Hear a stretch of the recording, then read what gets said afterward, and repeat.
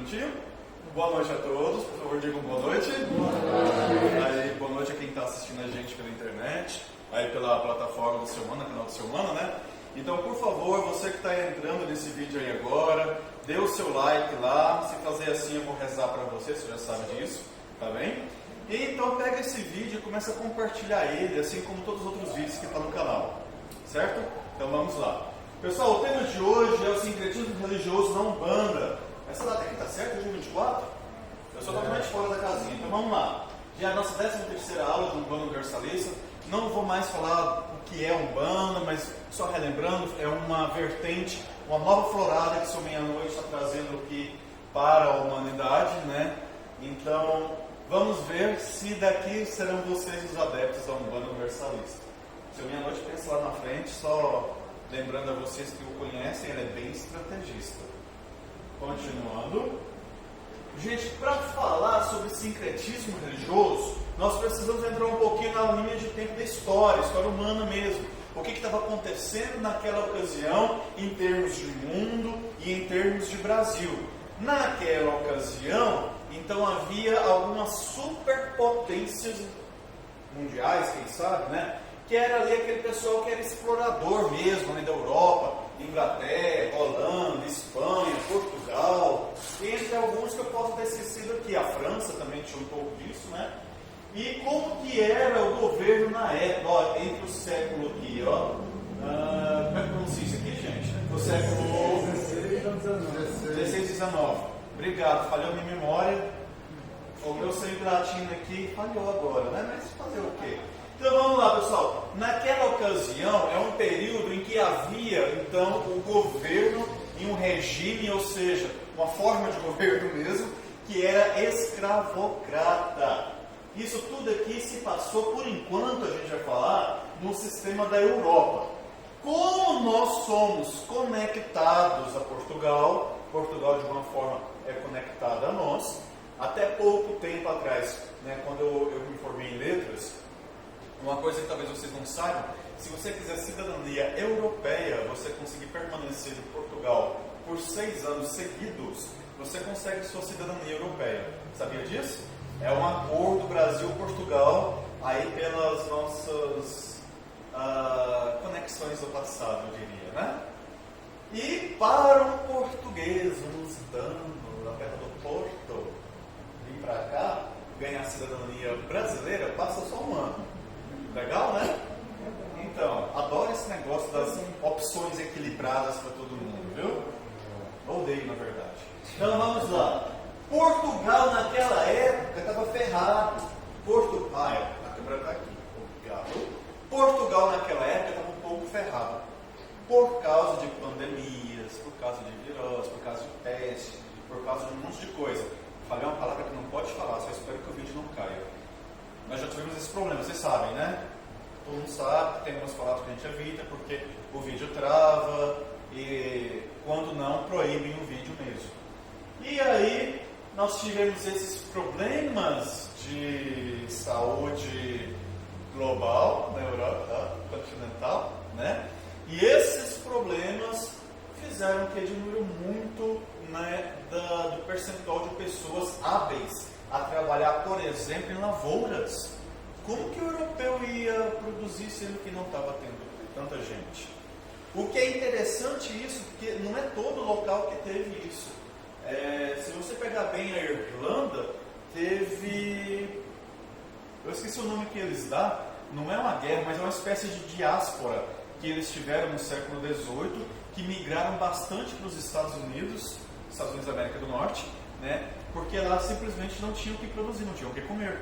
Foram muita gente que migrou. Mas nessa época, aqui, nesse recorte de tempo e espaço, né, não tinha mão de obra lá. Este é um dos pontos de vista do porquê que levou Portugal a ter uma lógica de escravizar. Mas se você olhar bem, naquela época, um dos maiores impérios do mundo até hoje que resiste, chamado Inglaterra, era uma prática muito comum isso aqui, que inclusive, né, quem é historiador, eu já conheci muitos historiadores que afirmam isso, que a escravidão no mundo só acabou porque a Inglaterra quis que acabasse. Porque queria que libertassem eles, porque se libertassem os humanos que foram escravizados lá da África, aí geraria mais o quê? Gente, ser humano não é bobo não. Tem gente que só pensa isso aqui, ó, né? Só quer o lucro, visa o lucro.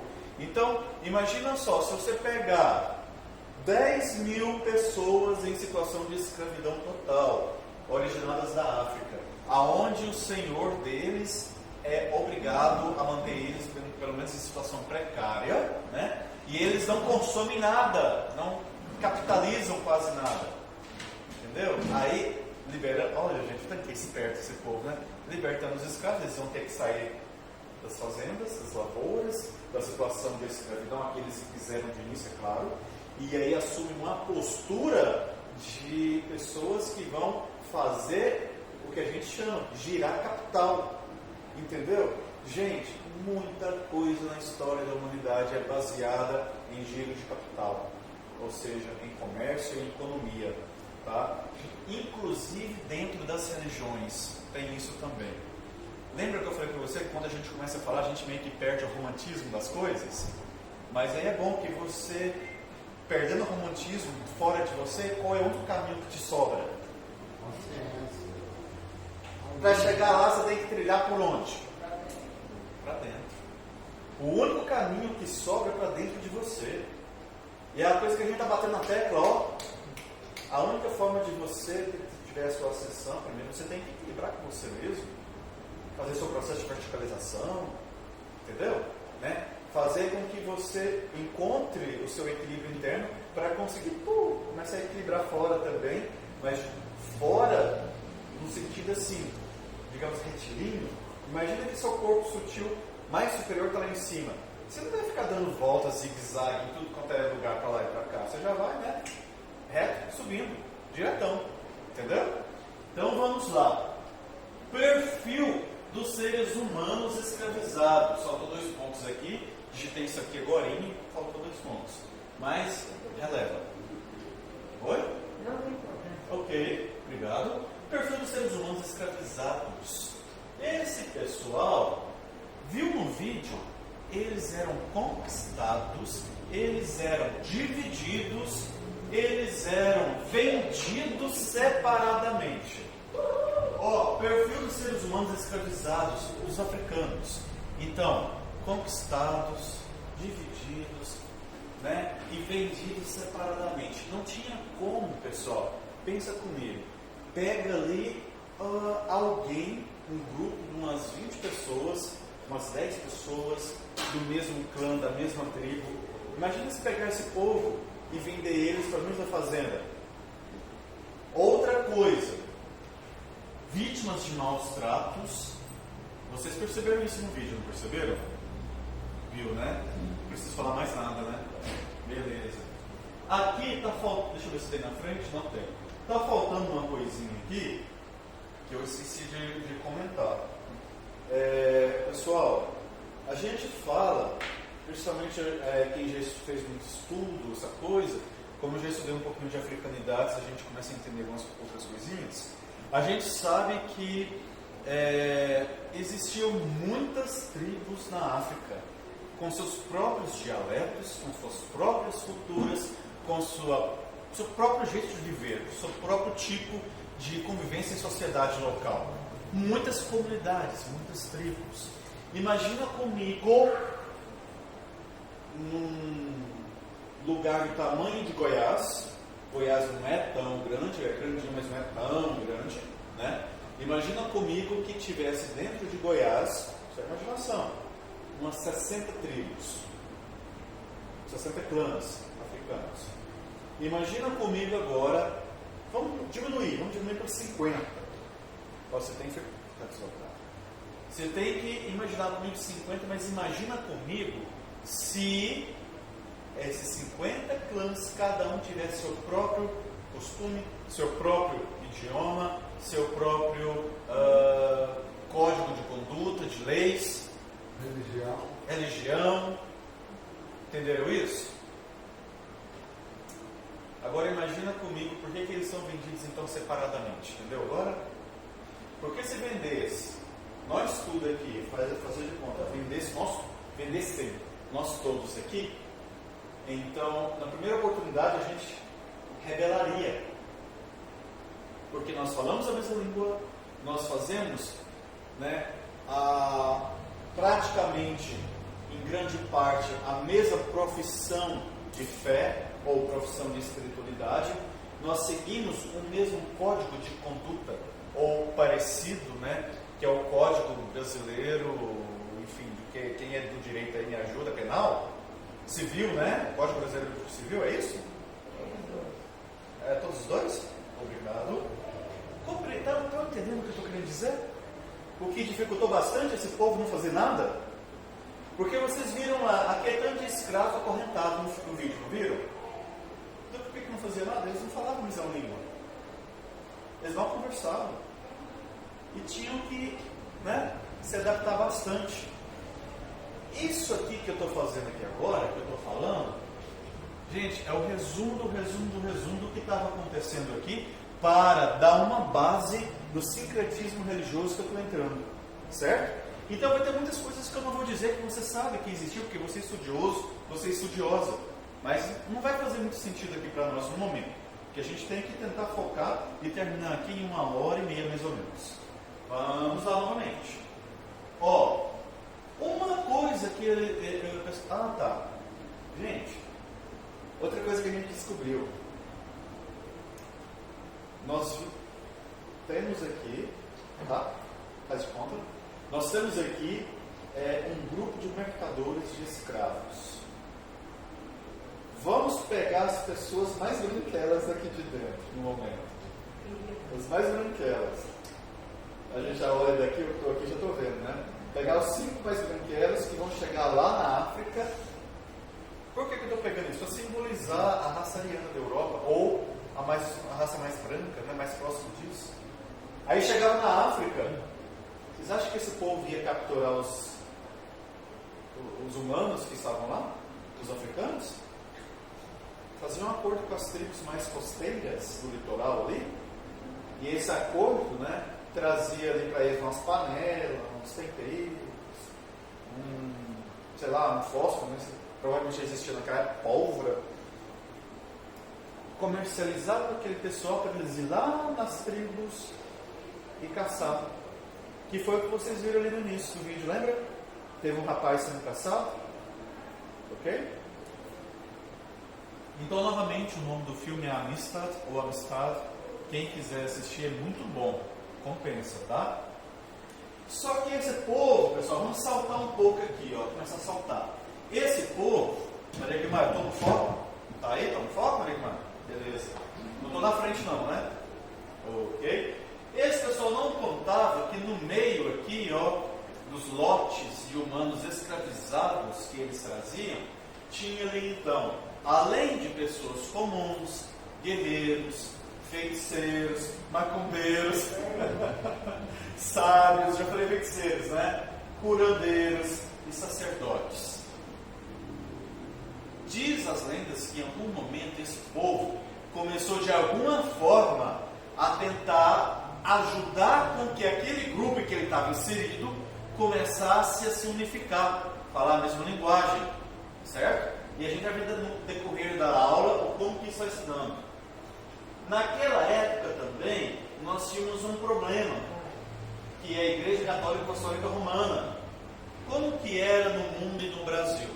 Igreja Católica Apostólica Romana, depois que ela foi ali trazida ainda mais com a ajuda de Constantino, né, em Constantinopla, eu acho que lá no século 300 depois de Cristo. Certo? Ano, né? Oi? Ano.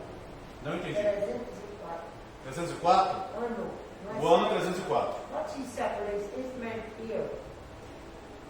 Eu não entendi nada, eu sei que é inglês. Quer dizer, não é o século, é o ano. Massa, obrigado. Alright. Então foi o ano 304? Ué. Constantinopla, um dos primeiros concebidos. Obrigado, Saulo. Então, continuando, o status dessa igreja. É assim, a Igreja Católica Apostólica Romana, ela muita coisa boa e também muitas coisas que ela vem pedindo perdão até hoje, que eram coisas que ela se arrependeu de os antecessores terem permitido.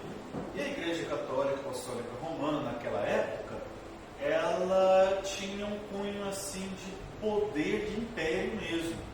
Quem já assistiu vídeos, quem já leu livros, quem já leu artigos, vai saber um pouquinho disso.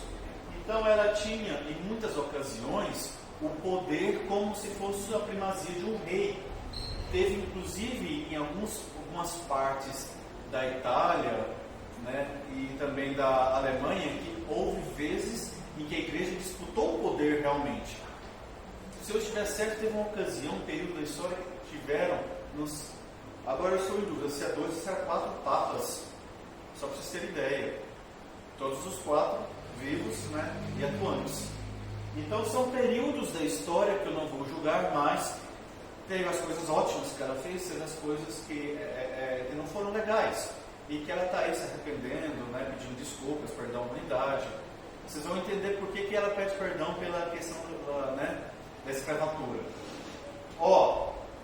A primeira ruptura foi com a Igreja Católica Apostólica Ortodoxa, lá em Bizantino. Houve um problema que, essa que é mais próxima da região da Palestina, onde Yeshua, né, teoricamente conviveu ali, no mandato mediúnico dele. Quando eu falo Yeshua, eu falo de Jesus. E neste momento, nesse período de ruptura, essa igreja que estava ali muito próxima da Palestina, olhava para a igreja que estava próxima a Roma, a igreja latina, e não concordava com muitas coisas que estavam, ou com proporções que ela estava, né, fazendo acontecer. E nesse momento aconteceu a ruptura. Infelizmente eu estudei sobre o nome da pessoa que, né, promulgou a ruptura, mas como eu sou ótimo em esquecer as coisas, eu não vou lembrar mesmo. Eu sei que, de tanto encher a paciência da igreja romana, foi uma coisa engraçada. A igreja de Roma excomunga o pessoal, o patriarca da igreja ortodoxa, o patriarca da igreja ortodoxa excomunga o pessoal de Roma. Hoje a gente sabe que as igrejas estão numa comunicação muito grande, voltar essa comunicação e este viés de perdão, através aí dos 3 últimos papas, e em especial também por esse que está aí, que é o Papa Francisco, né? Pessoal, não tem como eu falar de sincretismo religioso sem falar para vocês de igreja católica, tá? Então eu não sei se aqui tem católicos, eu não sou católico, enfim, mas respeito. Então, se eu estiver falando algo que às vezes pode ferir um pouquinho, antecipadamente eu peço desculpas. Não é essa a minha intenção, mas eu vou fazer um olhar imparcial disso. Só que às vezes a gente fica difícil ser imparcial quando vê que alguém poderia ter feito alguma coisa e não fez, né? Vamos chegar lá. A segunda ruptura que teve na Igreja Católica Apostólica Romana foi com o protestantismo por volta de 1517. É claro que não foi essa reforma protestante, ela não começou bem nessa época. A pré-reforma começou um pouco antes, alguns anos, talvez algumas dezenas de anos antes. Eu li, mas enfim, não decorei. Mas o grande auge disso tudo foi com a publicação de 95 teses de Martinho Lutero, um ex-monge, né? E esse cara colocou lá e estampou simplesmente 95 teses de condenações em relação à igreja pela venda de indulgências. Então, se a Maria Guimar queria ir para o céu, né? Se a Cíntia queria ir para o céu, a Emily queria ir para o céu, e ela estava com dúvida se ela ia para o céu ou não, se é salva ou não, ela ia lá na igreja, comprava, ou quer dizer, por próprio merecimento, meritocracia dela, ela ia adquirir o direito de uma indulgência. Até hoje. Mudou um pouco isso aí, como ex-estudioso disso aí. Mas tem gente que vem de céu, vem de chave. Mas saiu daqui, ó. Um pouco. A gente vai ver isso mais pra frente. As indulgências hoje elas são obrigatoriamente gratuitas. Eu lembro que teve, estou tentando buscar na memória aqui agora, Vocês lembram que eu acho que foi na virada do ano 2000, não sei, talvez um pouquinho depois, 2003, 2006, teve o ano do jubileu, muito difundido pela Igreja Católica Apostólica Romana. Naquela época foi um ano de plena indulgência, 2000.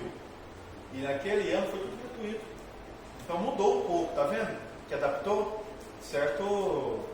Colocou a mão na consciência, né? Sei lá, fez uma reforma íntima, parou de olhar para fora e olhou para dentro. Depois de ter enriquecido, né? Ai, não joga lenha que eu estou pegando fogo.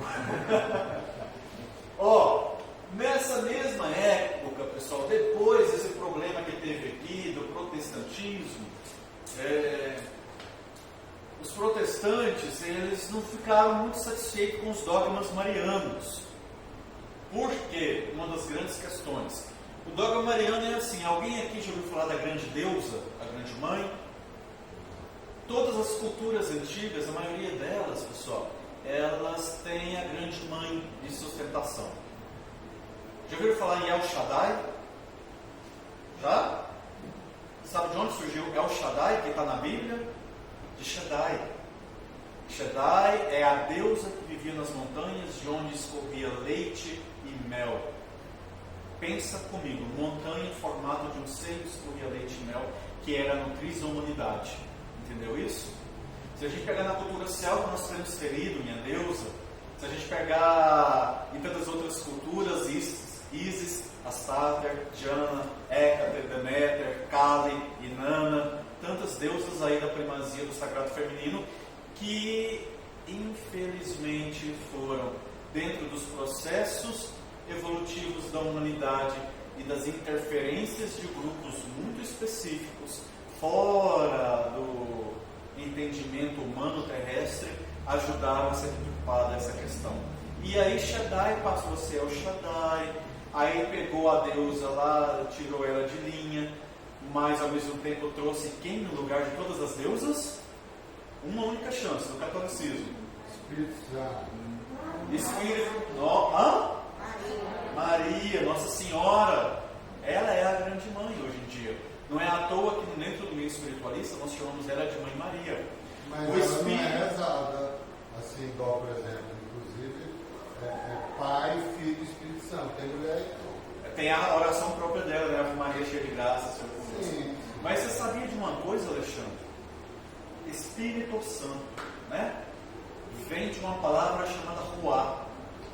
O Ru, que é o hálito divino, que é esse que preenche o alento que sustenta nossas almas, nosso corpo, é o Ruá. E não me lembro certinho se foi durante o exílio persa ou babilônico que o povo de Israel estava em situação de exílio e o Ruá entrou na parada.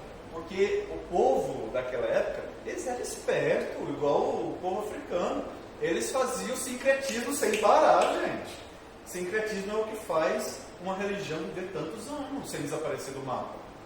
E aí o Ruá era daquela tradição, só que o Ruá, que é o mesmo do Espírito Santo, ele, ou quer dizer, ela, é um substantivo feminino, não é masculino. Entenderam isso? Estão entendendo o que poderia mudar no dogma da Igreja Católica? Porque só se pensa que Deus tem um gênero e é o quê? Masculino. Imaginem comigo se de repente uma das 3 pessoas da Santíssima Trindade pudesse ser uma essência feminina. Eu vou um pouquinho a mais. Já ouviram falar de Shekinah? Shekhinah? Né? A tenda vermelha das mulheres lá do Primeiro Testamento, é onde elas podiam ficar na época que elas estavam na situação da menstruação. Desculpa a palavra, ficou bem direto, né? Mas assim, quando elas estavam nesse período, elas não podiam ficar junto com as famílias, com os homens. Elas tinham que ir para lá. E lá, gente, diz a tradição oral que toda a sabedoria era feminina, era compartilhada. Essa era a Shekhinah, que é as entranhas de Deus. Então, percebam comigo o tanto que Shekinah, entranhas de Deus, o útero de Deus, a cabana de Deus, a tenda vermelha, a tenda de Deus, é uma expressão feminina. Entenderam? O feminino está em tudo. Só que a gente é aconselhado desde pequenino a olhar para o sagrado o sagrado masculino, perdão. Hoje quem é universalista percebe o seguinte: tem que ter equilíbrio, mano, senão nós somos ferrados. Tem que equilibrar as polaridades da energia. O yin yang, masculino e feminino, tanto em gênero quanto em energia, a dualidade. Lembra que eu falei para vocês na última aula que eu dei? Falei, vamos parar com esse negócio de dualidade positiva e negativa? Vamos pensar em energia, né? Uma dualidade de radiação e outra de absorção? Ficou mais, né? Entendeu? Estou indo muito rápido?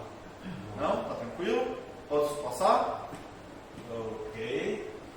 Então, teve aqui o fortalecimento do culto mariano nas colônias, não só do Brasil, mas em outras, né?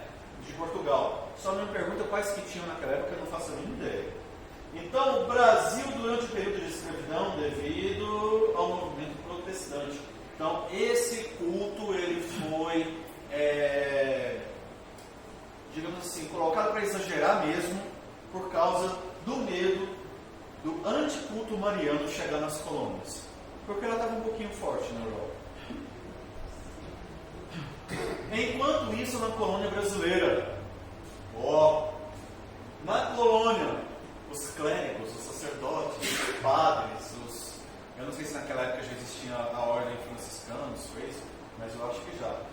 Aqui no Brasil, naquela época, tinha muita predominância da Companhia de Jesus, de Jeta, né? Dos jesuítas. Os jesuítas aprontaram, mas também, de uma certa forma, fizeram coisas muito interessantes nos últimos tempos. Vamos lá. Eles não conseguiam entender as necessidades dos próprios fiéis. Falei errado, atender às necessidades dos próprios fiéis. Tinham poucos padres e muita gente para pastorear. Poucos padres nas colônias e muita gente para pastorear. Poucos padres, muita gente para ouvir a missa, que naquela época provavelmente ainda era em latim. Muitas pessoas para fazer o controle de massa, que era a confissão, né? Tinha que confessar com o padre, e ali o padre, seguindo uma cartilha de diretrizes daquela época, julgava se a pessoa merecia uma indulgência, se ela merecia ir para o inferno. Posteriormente começou a usar isso também como forma de arrancar segredos e coagir os fiéis. Então tem a história negra que a gente quase não menciona ela. Mas só estou falando para vocês entenderem um pouquinho do contexto da época. Lembra que eu falei para vocês, gente? Controle, a religião, né? Controle e economia. Lembra que eu falei? Estou falando um tempão. Controle e economia. E é claro, oferta a Deus também da forma que eles acham que é correta, né? Então, por livre e espontânea vontade ou por livre e espancada vontade. Só tem duas opções. A expressão religiosa da Igreja Católica Apostólica Romana, toda vez que eu falar ICAR, tá? Esse nome grandioso aí. Por que eu estou falando isso? Porque existe mais de uma denominação de Igreja Católica hoje. Católica Apostólica Romana, Católica Siriana, Católica Ortodoxa, Católica Brasileira e uma outra agora que não me falha a memória. Talvez existam mais, mas o meu conhecimento são só essas. Então, a expressão religiosa da ICAR é através dos clãs familiares, ou seja, vamos supor aqui que nós somos uma oligarquia ou uma família de algum prestígio e nós mudamos para uma determinada cidade ou uma determinada lavoura e estamos ali fazendo nosso plantio de... Hoje é soja, naquela época era café, né? Era? Os barões do café e tal. Ou seja, cana-de-açúcar, café. Naquela época ainda não tinha a questão da agropecuária, né, da pecuária em si. Foi bem depois que aconteceu. E aí tinha ali a família dos Silvas, ou dos Costa, né? Que os Costa ficaram na região da Costa. Ei, coisa besta, né? Mas vamos lá, os Costa. E ali tinha um núcleo, um clã familiar de umas 20 pessoas, porque naquela época também não tinha televisão, certo? Quem é mais jovem que eu talvez não saiba, naquela época não tinha televisão, e como não tem televisão, e não tem tanto controle populacional, o pessoal vai dormir mais cedo. Aí isso aqui que acontece, né? Amor, amor, amor. E aí a população ia se expandindo. Vocês acham legal, né? Acho que até me deu um slide aqui. Vou voltar. Então é isso, pessoal. As famílias eram grandes. A família do meu pai, ele teve 8 irmãos. Agora se olhar para mim. Era mão de obra também. Né? Oi? Era mão de obra. Mão de obra. Porque ali você tinha duas opções. Se a família era rica, era uma mão de obra, uma questão assim, uma tipo empresa familiar, no sentido, né, nosso de hoje. O que pode ser um pouco diferente se a família era pobre, e aí os primeiros tinham que sair de casa. Entenderam? Até aqui tudo ok? Certinho? Então vamos lá. Aí o pessoal vinha atender a família do Silva, que é ali, sei lá, umas 50 pessoas. A atenção da igreja naquela época que ela conseguia oferecer era somente a esses grupos familiares. As cidades, né? Alguns vilarejos, aliás, não falar cidade, mas nas vilas, tinha uma pequena dificuldade disso. Depois, pessoal, começou uma tal de obrigatoriedade das colônias de Portugal em professar a fé da ICA e na ICA. A professar a fé, né? Na Igreja Católica Apostólica Romana e da Igreja Católica Apostólica Romana. Todo mundo que estava nas colônias, independente do povo que era, que estava sob o regimento de Portugal, tinha que professar a fé da Igreja Católica Apostólica Romana. O que é a profissão de fé atual dessa igreja? Eu não sei falar ela por completo, mas é crer em Deus Pai Todo-Poderoso, Criador do céu e da terra, crer em Jesus Cristo, seu único Filho, nosso Senhor. Foi concebido pelo poder do Espírito Santo, nasceu da Virgem Maria, desceu dos nossos lados, foi crucificado, morto e sepultado, desceu a mansão dos mortos, subiu a sua terceiro dia, está sentado à mão direita de Deus Pai Todo-Poderoso, de onde há de vir a julgar os vivos e os mortos. Creio no Espírito Santo, na Santa Igreja Católica, na comunhão dos santos, na remissão dos pecados, na ressurreição da carne, na vida eterna. Amém. Alguém além de mim não concorda com esse credo? Só eu? Ok. Eu não concordo com o final dele. Gente, eu vou dizer uma coisa para vocês. Tudo é um processo. No meu processo de vida, tem muita coisa que eu não concordo com esse credo, mas eu respeito. Mas assim, hoje esse é o credo da Igreja Católica Apostólica Romana, que nós, como uma derivação sincretista e que trazemos isso na nossa cultura, nós rezamos vez ou outra. Marisa, você pediu para falar? Aos 14 anos eu conheci uma pessoa. Sim. Ele me ensinou algumas coisas sobre essas 3 orações: Pai Nosso, Ave Maria e Creio em Deus Pai. Então, que na Quimbanda, essas 3 orações têm os seus devidos momentos de ser usadas. O Creio em Deus Pai era para afastar aqueles espíritos que não aceitavam onde estava. Então, você entrava, você estava carregado, aí ele mandava rezar esse Creio em Deus Pai. O Pai Nosso era para você se ligar com Deus. E a Ave Maria era uma proteção. Que legal. Entendeu? Sim. E o creio, ele veio para limpar as pessoas. Na Quimbanda. Isso era um rapaz que era. Bateu, levou. Sim. Entendeu? Ok. Então hoje ele já é falecido, mas ele me explicou: olha, quando você precisar, tiver carregar, reza isso.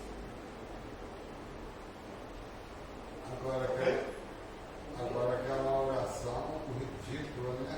Decretar dos filhos de Eva, por minha culpa, minha máxima glória. Pelo amor de Deus, É a doutrina, né? Se, por exemplo, nós somos católicos, apostólicos romanos, a gente professa, né, a fé da igreja, a gente acha ela linda, maravilhosa. A gente chora ao ouvir ela. Mas se a gente tem uma outra vertente espiritual, a gente acha um pouco sem lógica, porque como é que funciona isso? Né? perguntar. É muito poético, né? Muito poético. Faz sentido. E Eva e Adão são os filhos paradisíacos? Eva e Adão, filhos paradisíacos. Tem umas coisas muito interessantes que a gente pode tirar daí mesmo. Obrigado por compartilhar. Ok? Beleza? Pessoal, nisso aqui começou o início do sincretismo nas senzalas, porque foi obrigado então a fazer o quê? Professar a fé na Igreja Católica Apostólica Romana. Eu não sei se vai falar lá na frente, eu vou falar aqui agora então. Lembra que eu falei lá agora no estádio, lá para trás, que dentro dos lotes humanos tinha ali feiticeiros, adivinhos, sábios, curandeiros, médicos, sacerdotes, macumbeiros e tudo? Macumbeiro que minha própria conta, tá, gente? Bom cumbeiro, né? Então, dentro disso aí tinha esse pessoal. Esse pessoal, é claro que eles iam, segundo a lenda da tradição oral, ajudar o pessoal que estava ali. Mais instruídos, mais receptivos à espiritualidade, ia começar a fazer com que esse povo falasse o mesmo idioma, tivesse a mesma linguagem, né? Todo mundo conhece aqui os hebreus, não conhece? Os hebreus, não sei o quê. Moisés tirou os hebreus do Egito, né? Levou eles lá para a terra prometida, caminhou dando de roda na terra prometida 40 anos antes do povo poder entrar. A hora que entrou, matou muita gente lá para poder tomar conta, né, do lugar. Atravessou o Mar Vermelho. Se o Mar Vermelho não se abrisse, o povo ia passar, igual Jesus. Mas enfim, hebreu. Gente, hebreu é qualquer estrangeiro, qualquer estrangeiro em situação de escravidão no Egito Antigo. Consegue imaginar na época do apogeu do Império Egípcio o quanto de escravos de outras nações estrangeiras teriam lá?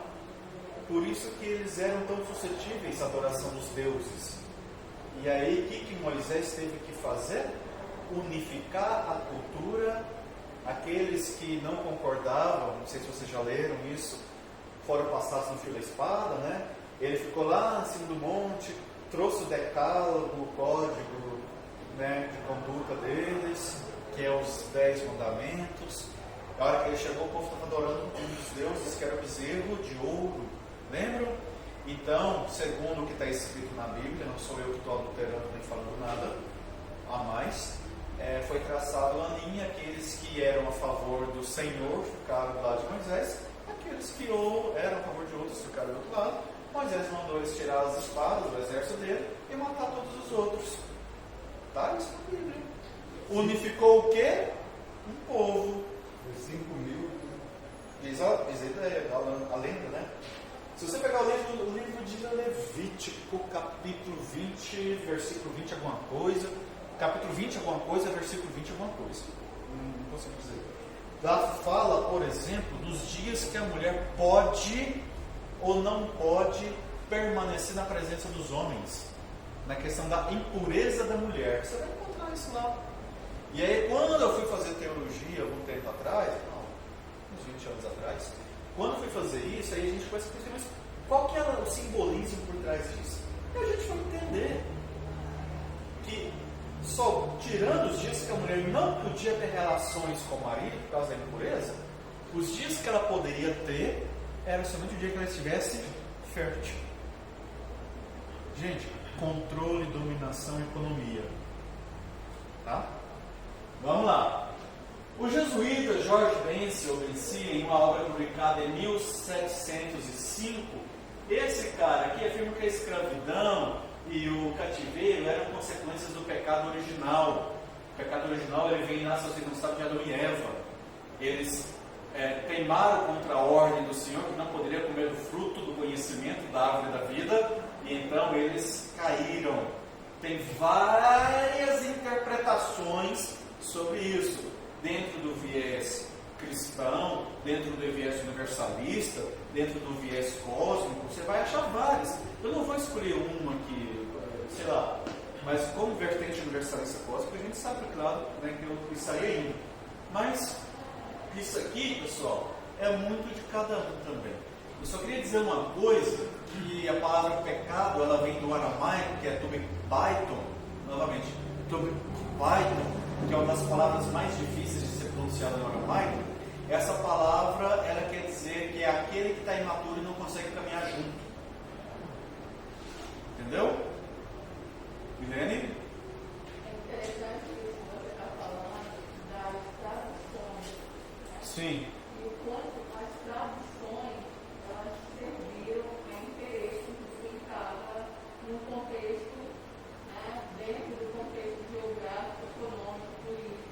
Porque, por exemplo, isso que você falou, a palavra endemoniado, ela significava incorporado, porque isso era uma prática muito comum das pessoas, naquele lugar que todo mundo tinha.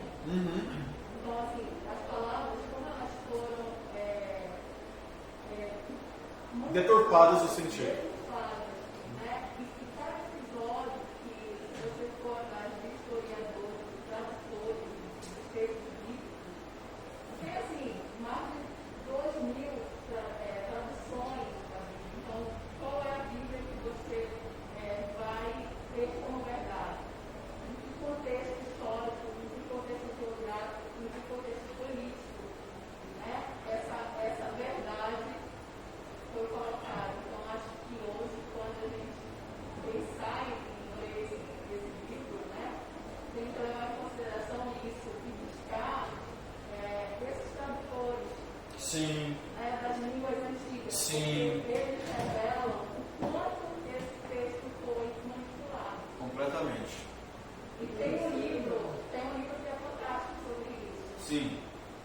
Qual? Assim, mas não é um livro, eu vou falar o título, mas assim, não é em nenhum momento um livro que condena a igreja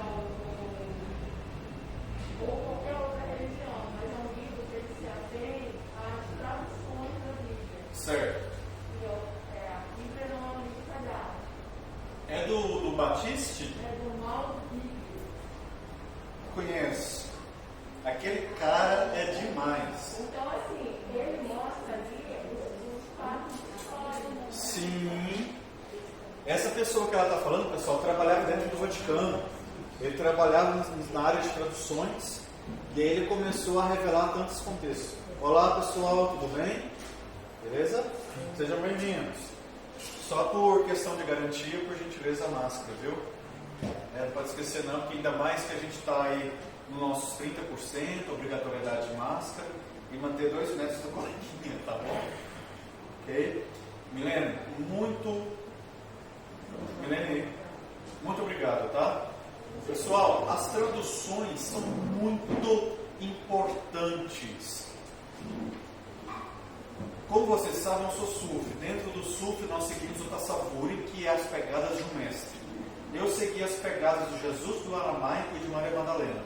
Estudando Jesus no aramaico, eu tive que estudar muita coisa e ver o real sentido. E a gente pega, por exemplo, o Pai Nosso em aramaico. A primeira linha já causa uma pequena diferença de compreensão de sentido, que é onde a gente fala Abvunda Bashimaya.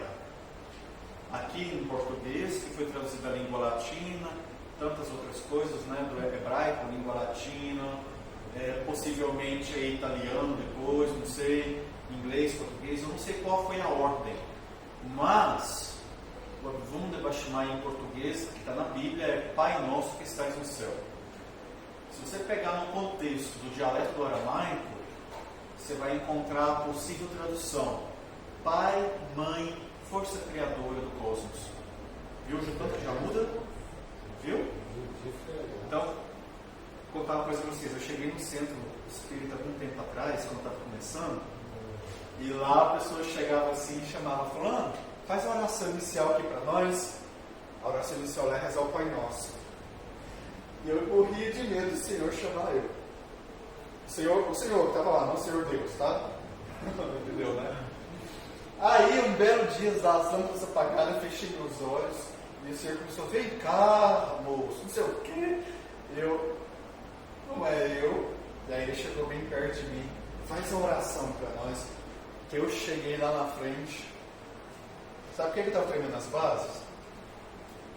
toda vez que eu ia fazer o Pai Nosso em português, eu errava. E eu fiz aquela famosa estratégia. Eu comecei alto, né? E depois o pessoal continuou, eu amém. Sério, eu fiquei tanto tempo fazendo a prática dela no aramaico. Tem até retiro do Pai Nosso em aramaico, muito lindo. Mas enfim, voltando ao nosso assunto, senão eu perco totalmente de novo. Isso aqui nós vimos, pecado original, gente. Tomar cuidado com isso, viu? Não vou entrar no contexto disso aqui não, mas são inúmeros contextos, interpretações, além da historinha que você já conhece mesmo. O perfil dos escravos vindos da África, é tudo aquilo que você viu no vídeo que eu passei. O Ulisses, você perdeu muita coisa até agora, viu? Só lamento, quem mandou chegar no final? No final não, perdão, no meio da, né? Estava fazendo docinho, eu sei, tá perdoado. Não! Eita! Vamos lá, pessoal. Um dos perfis, uma parte do perfil desse pessoal aqui, ó.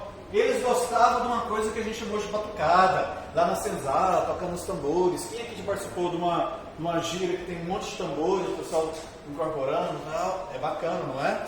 Eu participei só uma vez. Qualquer dia vocês como isso me chamam. Uma vez só. Uma vez. É pouco, não é? Eu queria participar depois que eu vim pra cá, porque eu era assim na época, né? Quando eu era estudante de teologia. Mas vamos lá.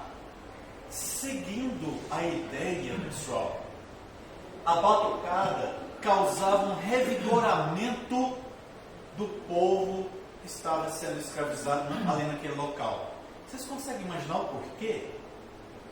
Você é macumbeiro, não fala, pô. Dissipava a energia. Colocar para fora a raiva, o que mais? Dissipava a energia. Dissipava energia, o que mais? Puxava energia, o que mais? Tem mais coisa, vamos lá, gente. Se divertia. Aê! Puxa. Tem uma coisa que até agora vocês não... A dança. Vai chegar. Hã? A dança. É lógico, a dança, ué. Gente, eu sei uma dança, no mínimo 5 danças de cada continente. E não sei dançar direito forró, vocês acreditam nisso? Eu trabalho de dança circular sagrada, né? Ó, A comunicação religiosa, e dá aquela união, né? união, né? Vocês estão percebendo o processo de unificação começando a acontecer aqui? Pessoal, ó, cura. Eles se curavam. As mazelas, as mágoas, a raiva, o corpo físico, eu não estava lá para saber. O Marcos, o médium da casa, ele conta de uma médium, essa médium é cadeirante, como se fosse vegetativa. Quando ela vai, ou ia, não sei se ela ainda estava encarnada entre nós, quando ela ia na gira, quem começava a batucada, ela levantava e começava a girar. Fenômeno? Não sei. Continuando. Os grandes fazendeiros não podem banir as festas. Por que eles não poderiam banir as festas, gente? Revolta. Hã? Revolta. Também. Mas pensa naquilo que eu falei para vocês. Controle e economia. A economia está no revigoramento para o trabalho. Gente, o que esse povo trabalhava nos dias seguintes era demais. Por isso que a Igreja Católica não conseguiu abolir o culto que começou a ficar sincretista ali nas senzalas. Conseguem ver isso comigo? Eu estudei tanto isso aqui, ó, de ontem para hoje. Até agora eu não vi essas coisas assim, essas chaves que a gente está passando. Eu pensei, isso deve estar no meu sangue, mas minha avó é negra, pode não parecer, quer dizer, era negra. Ou sei lá, deve estar em alguma coisa, alguma memória celular, né? Em alguma sabedoria ancestral que vem aí através das danças, não sei. Mas as chaves existem. É interessante se falar que eu sou do tempo, aí é foda, né? Mas no meu tempo, então eu peguei uma igreja católica que a gente não podia bater palma. Bater palma era ter um insulto. Então aí É o costume, né? Aí quando começou a trazer isso, porque estava perdendo muito, né? Muitos devotos, né? Aí a igreja, que é por causa da Renovação crente, carismática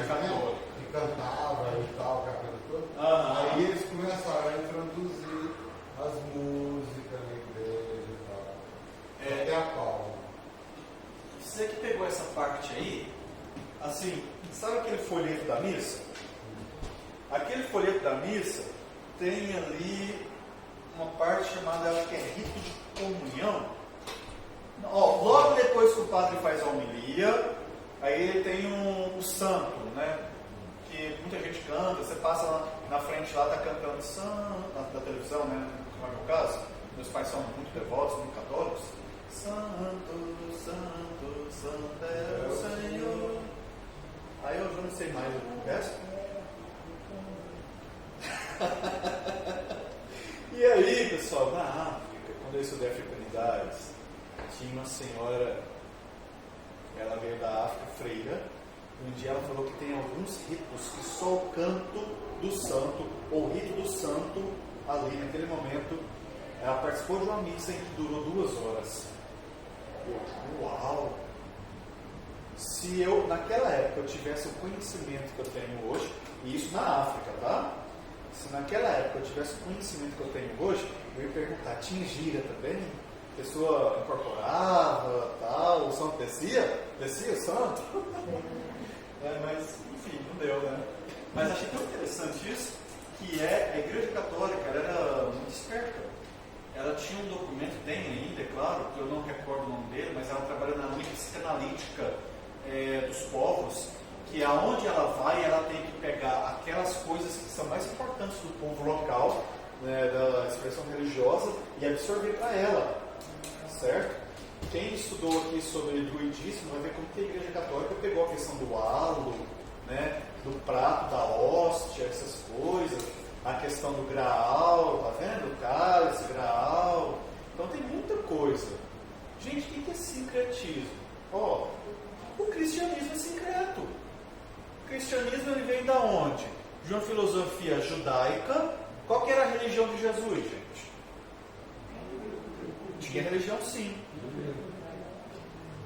Ele era judeu. Judaísmo, na alta.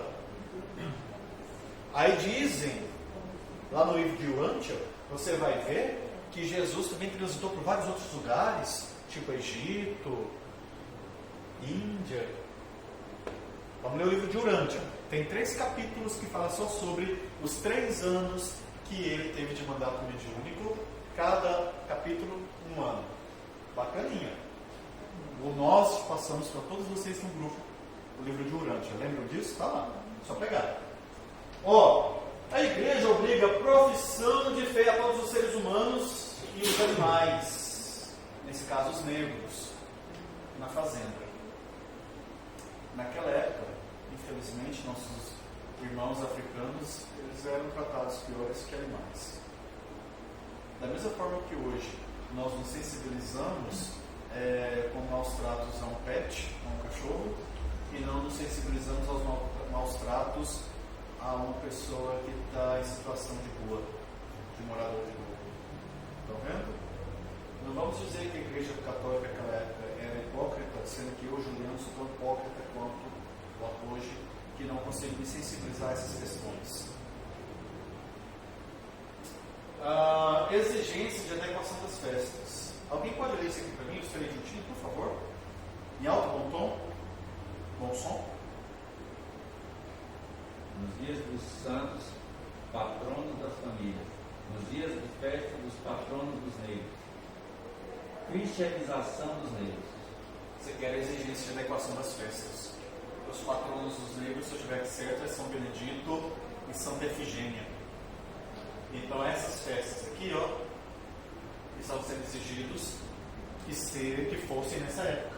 Agora imagina comigo, naquela época tinha muito santo, e dia de santo era feriado também, né? Hoje a gente não tem tanto essa devoção. Bom, cristianização, gente. A Igreja Católica naquela época permitia que eles fossem escravizados porque eles não tinham alma. É documentado isso. E em troca,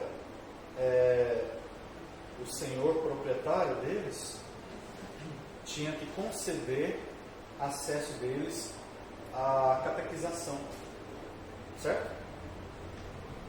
De acordo com Martins,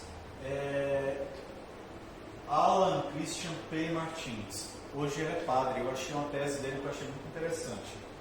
Isso aqui, ó. Olha, gente, visualiza a cena comigo. Visualiza. Alexandre, você consegue ler daí para mim, por favor? Diante do modesto altar católico, erguido contra o muro da senzala, a luz trêmula das velas dos negros podiam dançar impudentemente. Isso, chegou sem pudor. Ah, certo. Suas danças religiosas e tribais. Acho que foi muito, peraí. Nossa, gente, não é que você ficou certo? Aqui, ó, teve um errinho. Alexandre, daqui até aqui.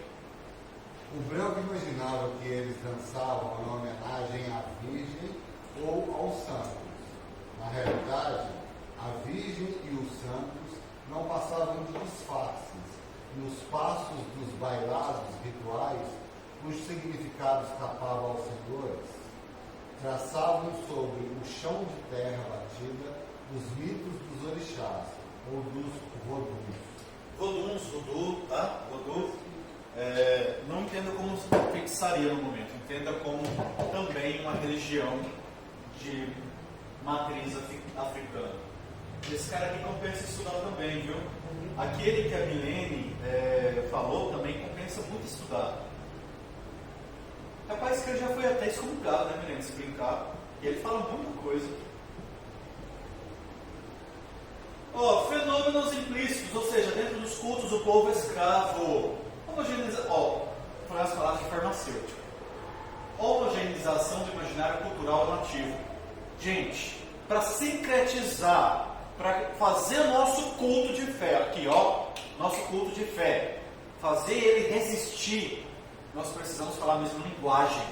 Para falar a mesma linguagem, nós temos que fazer igual a todos os outros povos, fazer com que a nossa crença espiritual se adeque ao povo que está ganhando, que está oprimindo. Então, nesse caso, homogeneização, ou seja, igualar, sabe, nivelar, tornar igual, né, o imaginário cultural nativo. Aquelas, sei lá, 200 pessoas dentro da senzala e só 20 tomando conta delas, capatazes, né? E aquelas 200 pessoas, como é que os escravos?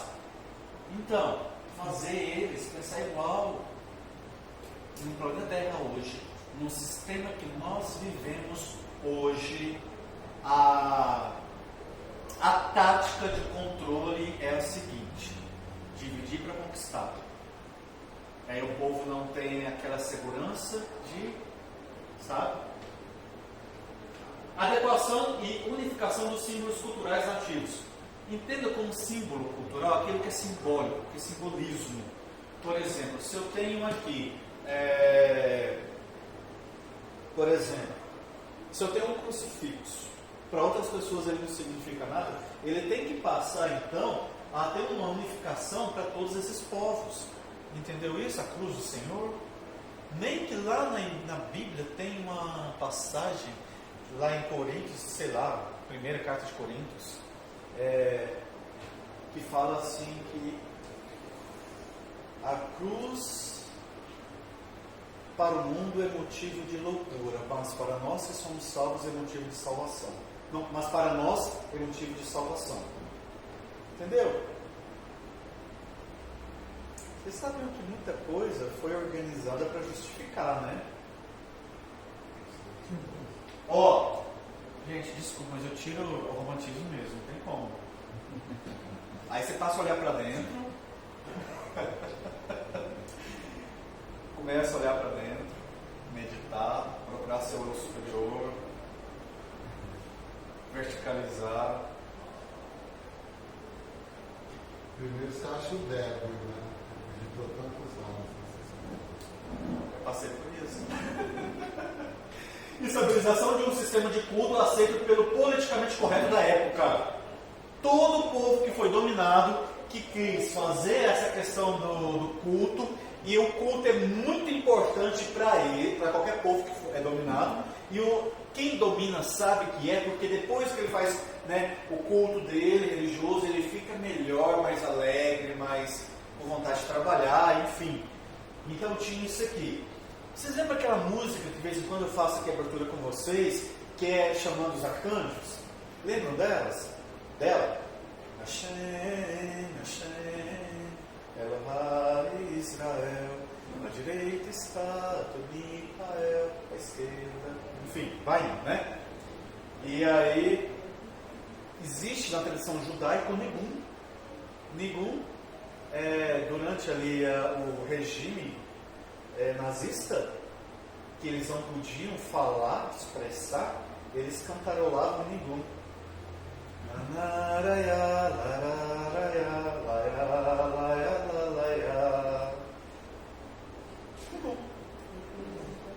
Então, pessoal, estabilização quer dizer o quê? Manter a coisa funcionando e não deixar ela cair. É isso.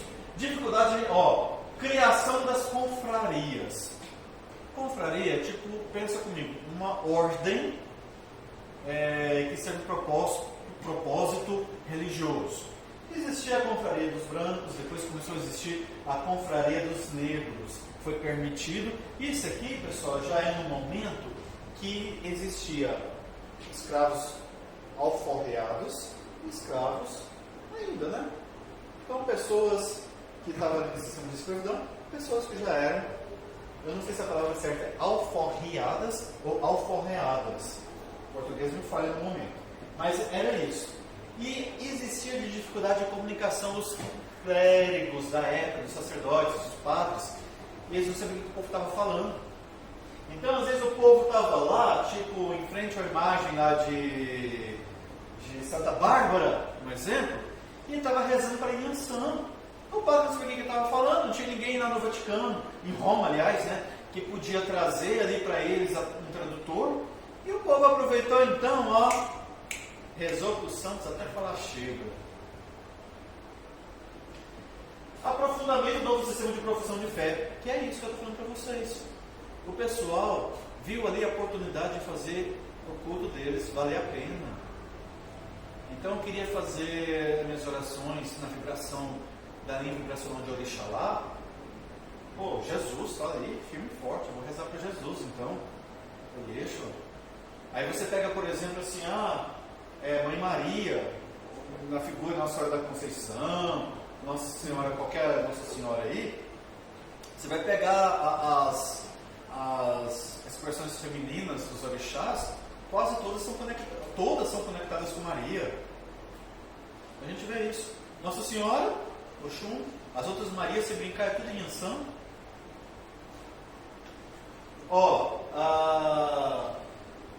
Confraria Nossa Senhora do Rosário era frequentada pelas filhas de Iemanjá. Não é Yansan, é Iemanjá, né? Mas Yansan também. Muito interessante. O sincretismo, vocês viram aqui, gente, o sincretismo visto por dentro. Eu estou apresentando olhares para vocês. O sincretismo nisso aqui foi visto por dentro. E agora, vamos ver ele por fora? Como que era visto por fora esse movimento de sincretismo? Será que os padres estavam percebendo o que estava acontecendo? Se eles percebessem, será que eles iam deixar continuar? A igreja cristianizava os negros, né? Aceitava seu culto afro, porque no outro dia o escravo podia o quê? Trabalhar, render, produzir lucro, né? Você pega os teólogos hoje, ninguém sabe dizer na risca como que foi o processo, gente, do projeto, do planejamento, para unificar os orixás da identidade correta. Por exemplo, assim, se você pega o Brasil como um todo, que é grande pra caramba, e você pega aí várias lavouras, vários senhores de engenho, vários capatazes, vários grupos de senzalas, como que a maioria desse povo começou a escolher Santa Bárbara para representar Yansan? Tanto é, Juliano, que o sincretismo no Rio de Janeiro é diferente do sincretismo na Bahia, por exemplo. Tem as diferenças, as várias nuances. A gente vai falar daqui um pouquinho sobre isso, mas você está certíssimo. Mas tem algumas coisas que... Gente, tem algumas coisas que elas são a base para qualquer um. Tanto a Bahia, Rio de Janeiro, sabe? Aqui em Goiás. Orixalá é a linha vibracional de Jesus, que muitas pessoas vão achar que os santos são os orixás, não são os orixás. Os santos representam a linha vibracional de atuação desses orixás. E é claro que depois que eles desencarnam, né? Seria o caso de pensar que seria um trabalho da espiritualidade, e seria devido à mediunidade também, o processo de mediunidade e a espiritualidade trabalhando ali, unificando, como aconteceu também com o espiritismo? Eu prefiro acreditar que é isso. Nós temos uma prova aqui dentro que você, como é mais antiga na casa, alguém que está aqui, quando eu cheguei, já estava aqui na Selmana? Não? Não, né? Os médiuns canalizadores do Selmana, tem alguns que falam que trazem determinadas mensagens canalizadas, trazem às vezes 3 dias, 2 dias antes, que alguns canalizadores que são muito reconhecidos, né? E às vezes a gente fica sem saber, nossa, será que é isso mesmo?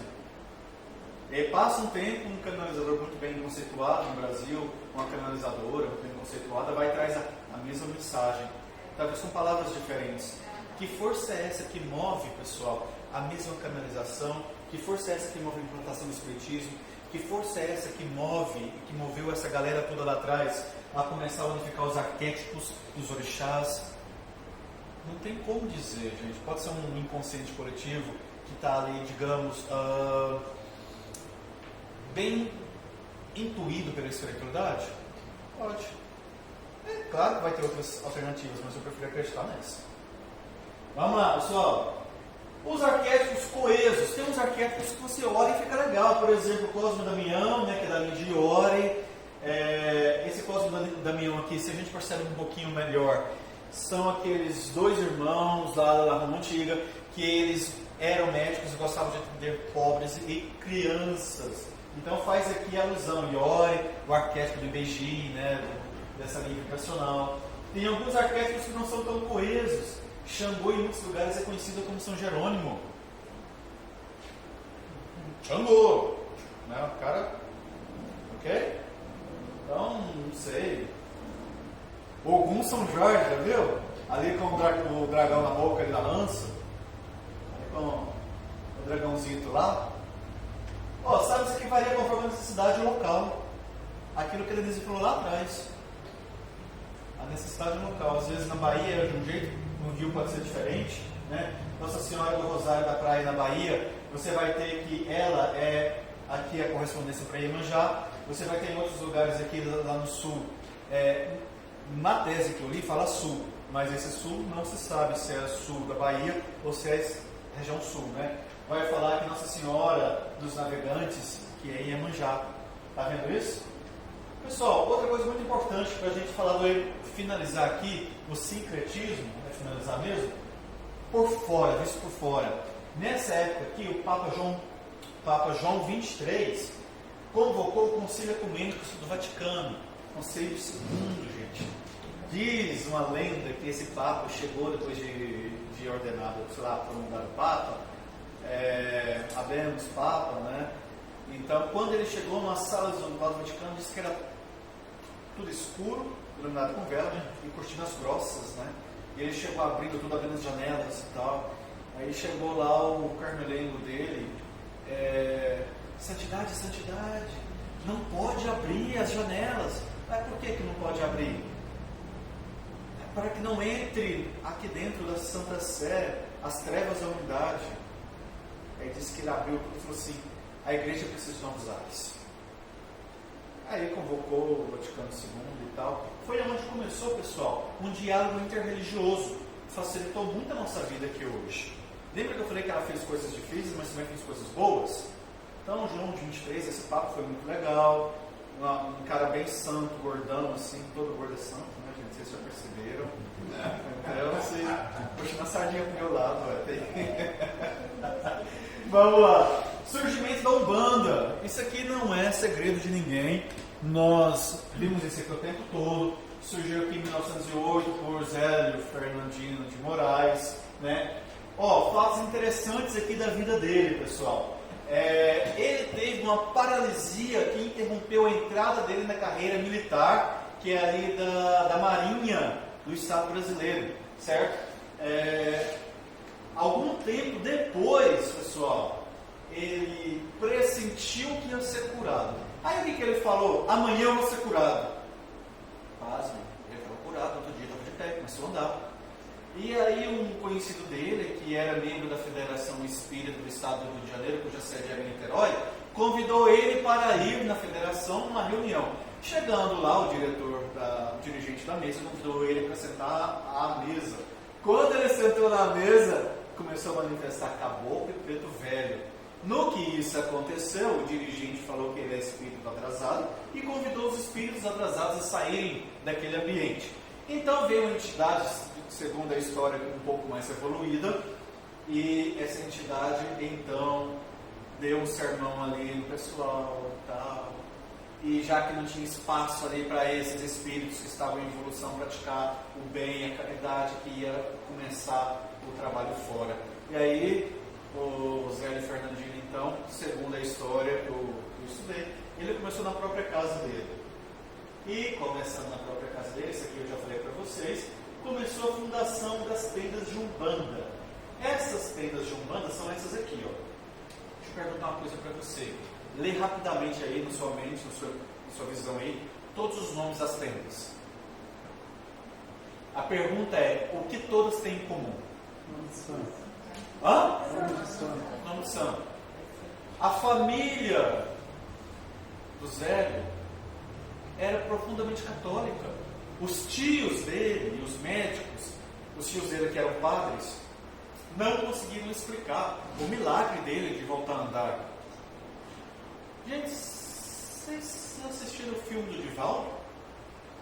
Vocês viram que o Divaldo passou por paralisia também? Interessante, hein? Olha lá. Eu vou correr mais um pouco para dar tempo de terminar até as 10, viu?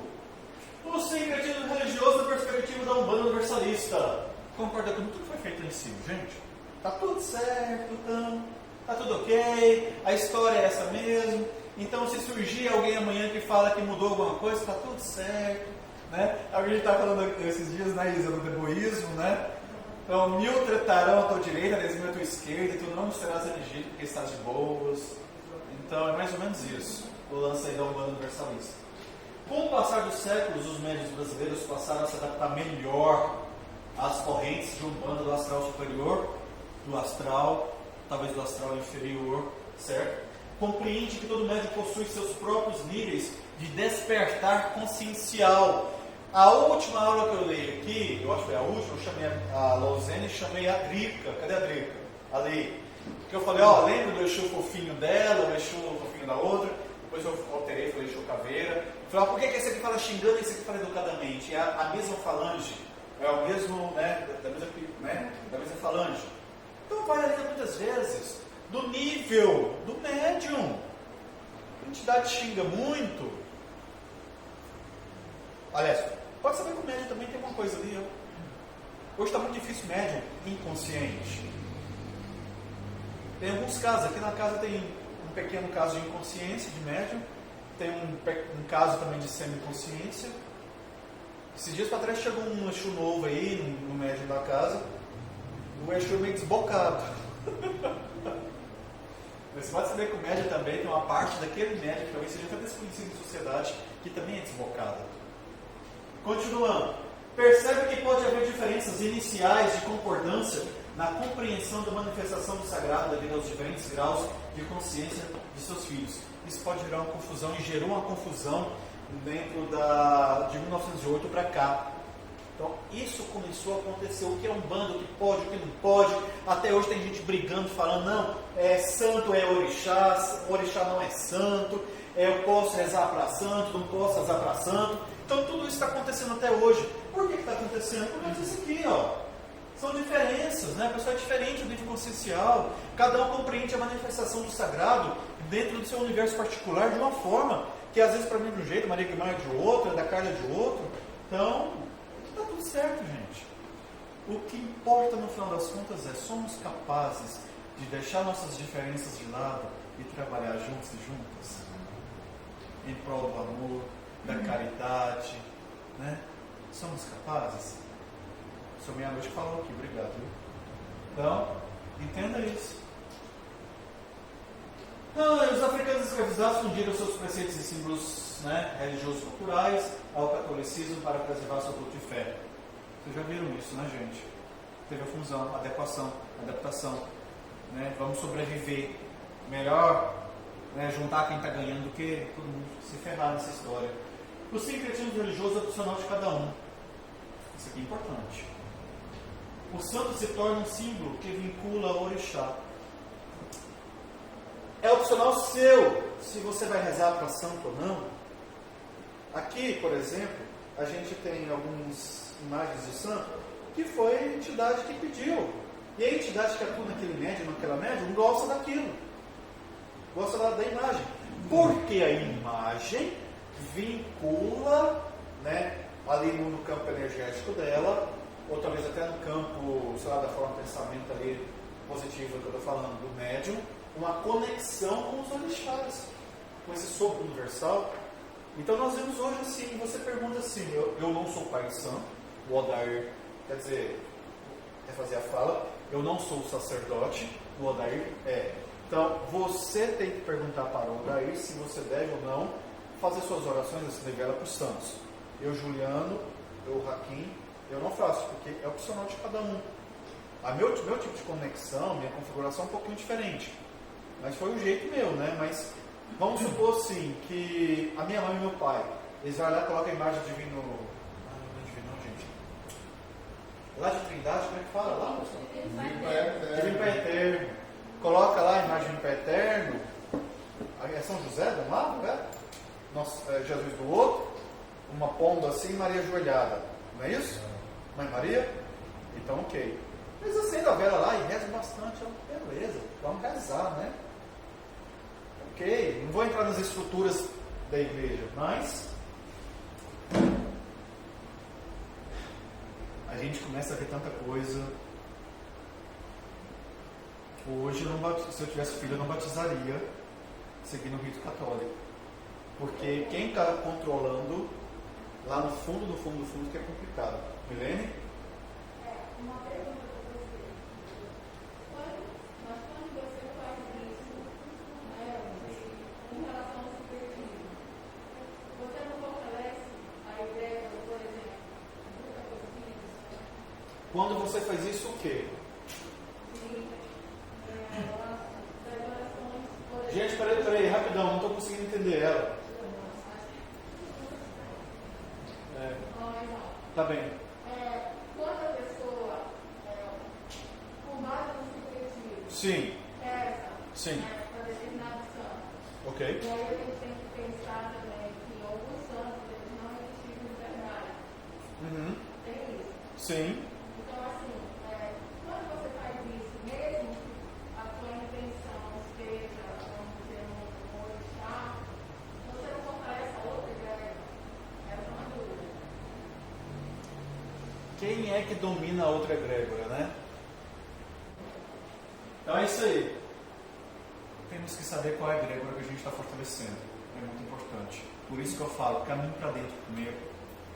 Quando você caminha para dentro e você faz o seu trabalho de sintonização com seus corpos sutis, com a sua, digamos, a egrégora que está no seu raio, aí você começa, digamos, a caminhar na direção mais segura. Tá? Os santos não são os orixás personificados. E eu vou ter que correr mais um pouco. Orixás são sopros divinos, tal como o Ramatiz traz. Já viram isso? Mas daí já falou muito isso aqui. A imagem geralmente é algum pedido de alguma entidade, já falei isso aqui também. Pulando. Olha só as correlações entre orixás, santos e outras entidades. Tem muita coisa. Vou mandar os slides para vocês. O Oxalá, o Orixalá, o Batalá, né? Que é a linha vibracional que Jesus vibra. Não quer dizer que Jesus seja Orixalá, mas é que ele vibra quando ele esteve cá entre nós. que é a linha dos curandeiros, dos médicos, né? Dos curadores do Oriente, certo? Ops, estou errado. Nós temos aqui, por exemplo, a linha de Oxóssi, que é São Sebastião. Aqui está o dia, né? Oxóssi vibra muito na linha, na perspectiva do raio verde. Eu vi em um determinado momento, um canalizador falando que o comando Santa Esmeralda está muito conectado com essa egrégora aqui, Oxóssi e raio verde. Ogum, São Jorge, esse aqui, o Odair deu uma aula, que é o comando Starhair. O Odair deu uma aula uns 2 anos atrás, ele abordou essa conexão aqui, entendeu? Que é o pessoal mais militarizado, muito interessante. Xangô, São Jerônimo, São Batista, né? Aqui tem alguns santos. Iori, que é Cosmo, Damião e Doum. Iorimá, que é São Cipriano. Iemanjá, Nossa Senhora dos Navegantes, Nossa Senhora da Glória, Nossa Senhora da Conceição, das Graças. Muita Nossa Senhora, gente.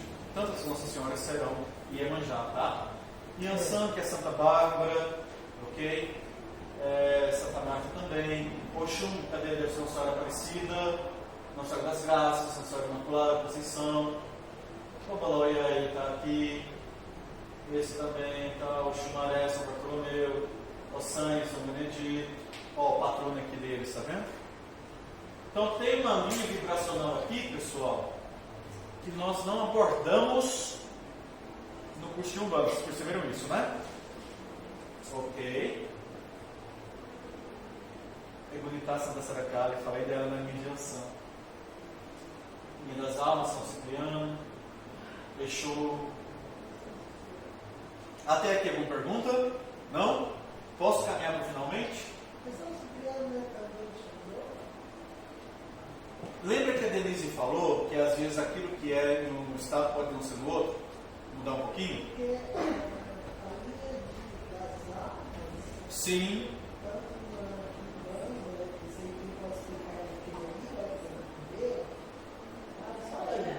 Eu não estou ouvindo. Sim. Sim, é um Mulu.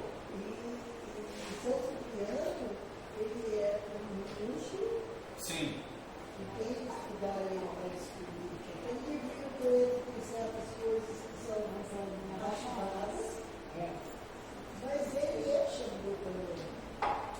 E aqui também pode ser esse. Sim. De candomblé eu entendo muito pouco. Eu evito entrar porque depois eu não sei sair. Eu vou me constranger, né?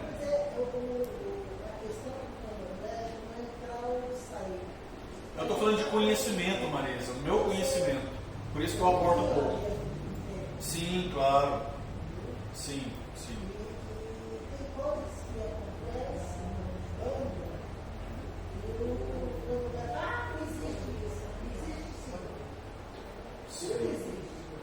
Só que eles justificam só para ele aqui. Ah, sim. Entendeu? É assim, tem que ser assim. Aí tem uma história que uma mãe de santo fez um trabalho, não sei o quê. Aí perguntaram, por que o senhor oferece isso? Porque minha mãe me ensinou assim.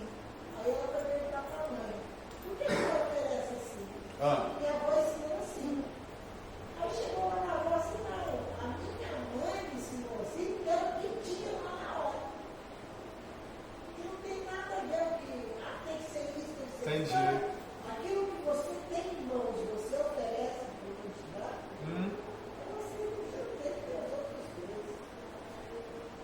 Deixa eu te contar uma coisa.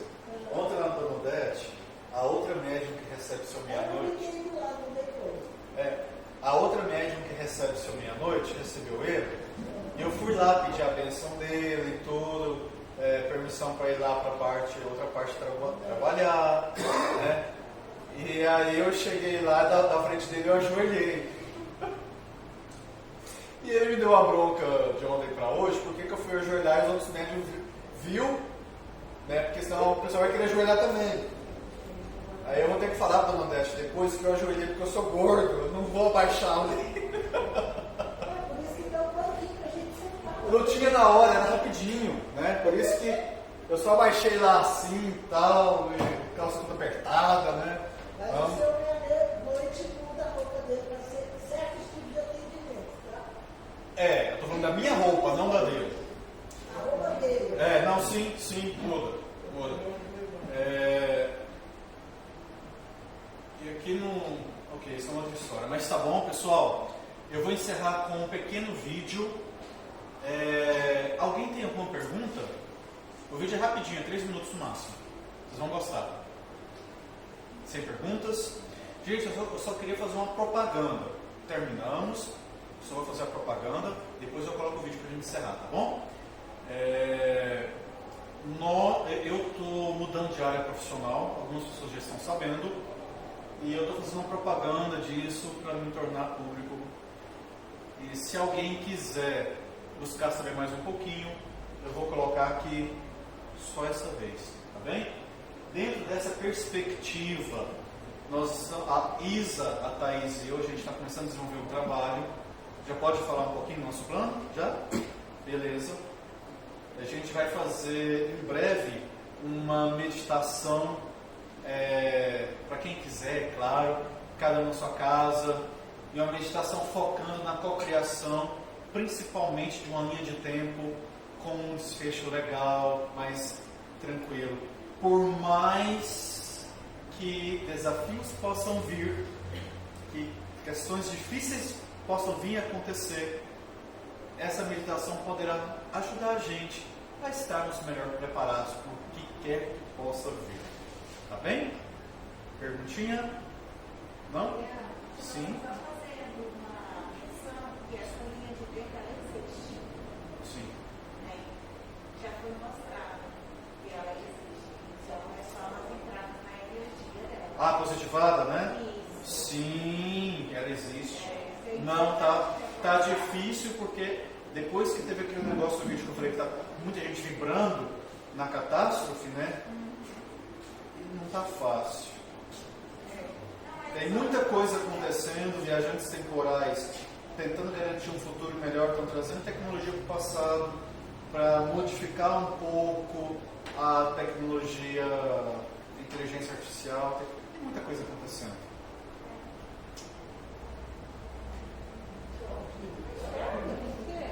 Tá pronto? Depois você corrige a sua terapia de vidas passadas. Regressão de vidas passadas. Faz Ok. na filmagem. Foi muito rápido, né? Foi. Mas eu tô com um negocinho, Alexandre, que eu não sei o que está acontecendo. Muitos anos escrevendo só no digitando, né? No dia que eu vou escrever no da mão, eu estou errando muita coisa. Vocês sabiam que esse negócio é possível, gente? Não sei se é o esquecimento que é demais, eu estou perdendo alguma faculdade. Idade. Gente, vou colocar só 3 minutinhos, tá? E é muito bacaninha. Por favor. Desliga lá com essa lâmpada assim. E, gente, não olha pra cá, não. Tá? Olha pra lá. Só esperar ela terminar. Pessoal, então, você já sabe qual vai ser o orixá? Já? Olhou a apostila? Já começou a brincar lá com sua apostila? A brincar com o seu entrecruzamento? Olha o horário que você nasceu, olha na apostila qual que é o horário de atuação do orixá, vê qual que está atuando na hora que você nasceu. Começa o seu segundo aí já. Ok? Pessoal, terminou o vídeo. Desde já, muito obrigado por terem vindo. Que o seu coração guie seus passos hoje e sempre, tá? Só colocar aqui. O vídeo é grande, mas colocar só um pouquinho, tá bom? Uns 3 minutos. Muita gente já conhece ele. É bacaninha até.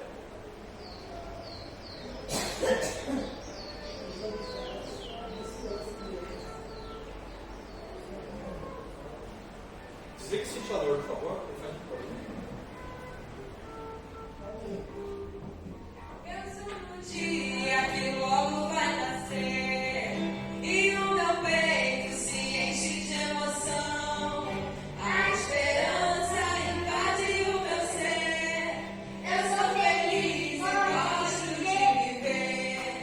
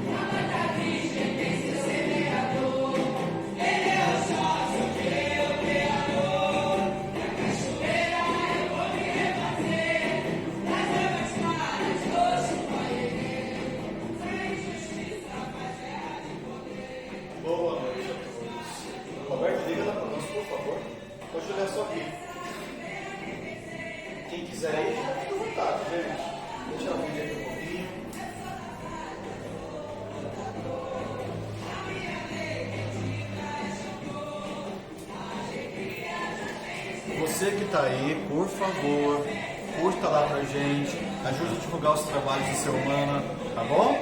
Valeu, namastê.